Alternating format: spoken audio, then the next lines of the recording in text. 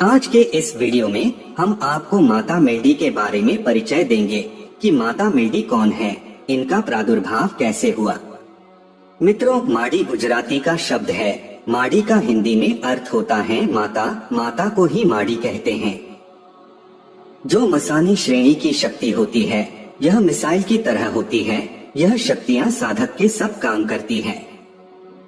आपका कोई भी कार्य हो, उचित अनुचित सब काम करती है और वो कार्य भी कम समय में करती है। मिसाइल का उदाहरण देने का कारण, यह शक्ति कम समय में काम करती है। शक्ति यह नहीं देखती कि सामने वाला कौन है, कैसा है, बिल्कुल मिसाइल की तरह काम करती है। अगर आप शक्ति से गलत काम भी करवाओगे तो कर देंगी, पर इसका फल आपको भोगना होगा। अभी नहीं सही, लेकिन कुछ समय के पश्चात, क्योंकि कर्मों से आज तक कोई नहीं बच पाया है। माता मेडी मसानी मैली शक्तियों की सवारी करती है। इन्होंने भूत प्रेत मसान मंत्रिका तंत्रिका सब मैली शक्तियों को बकरा बनाकर उस पर सवार हो गई थी। माता मेडी मसानी सभी मैली शक्तियों के स्वामी है।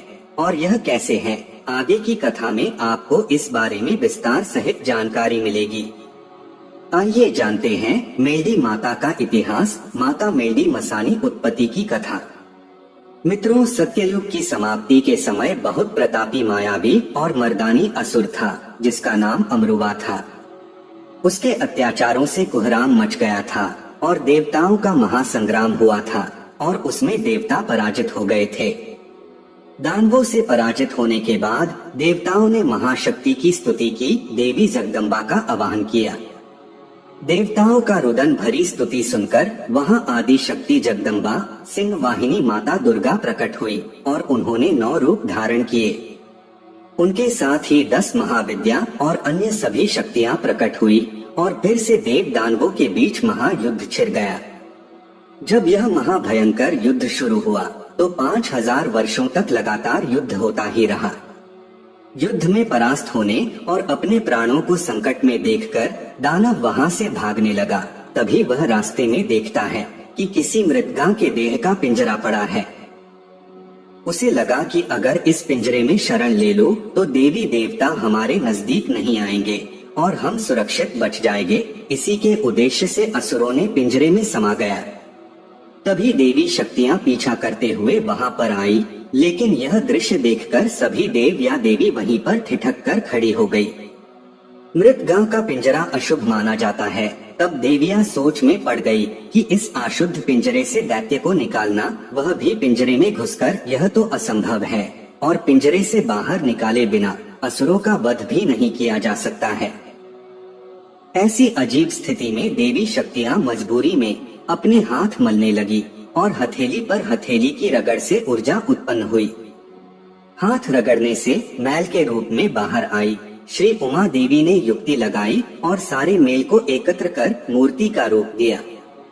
सभी देवी और देव मिलकर आदिशक्ति की स्तुति करने लगे। तत्काल उस मूर्ति से आदिशक्ति अपने हाथ में खंजर ली हुई 5 वर्ष की कन्या के रूप में प्रकट हो गए। कन्या के रूप में प्रकट हुई माता ने सभी देवियों से पूछा, माताओं मुझे बताओ क्यों मेरा आह्वान किया। तब देवियों ने अपनी सारी व्यथा कह सुनाई और माता सारा माजरा समझ गई। देवियों के कहे अनुसार माता ने गांव के पिंजरे में प्रवेश कर गई और जब उस असुर ने यह सब देखा तो देखकर आश्चर्यचकित हो गया। सभी असुर वहां से बाहर भागा और स्याल सरोवर में जाकर कीड़े के रूप में छिप गया। फिर भी कन्या स्याल सरोवर में प्रवेश करके असुर का वध किया।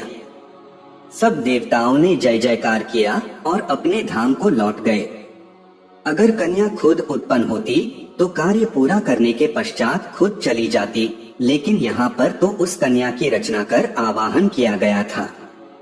उस कन्या ने उमिया माता को पकड़ा और अपना नाम, धाम और काम पूछा। उमिया माता ने उन्हें चामुंडा के पास भेज दिया।